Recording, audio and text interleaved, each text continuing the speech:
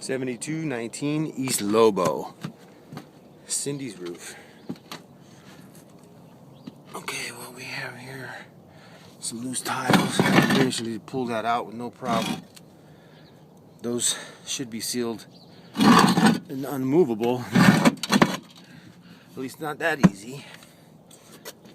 There's some micro fractures on some of these. Let's see if these were all unsealed. Oh, that one's locked. And that one's loose. Kind of dark. I can't see what I'm recording, but hopefully when I view this, not in the sunlight, I'll be able to make a better picture of this. This one's loose. I can slide it up and see it moves freely.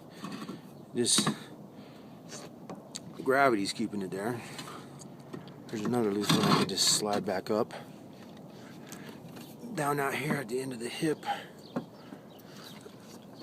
there's one that's very obviously, it was attempted to be glued, but it didn't seal. It wore out. Oh, well, the paper was there to prop it up, I suppose, and then it failed.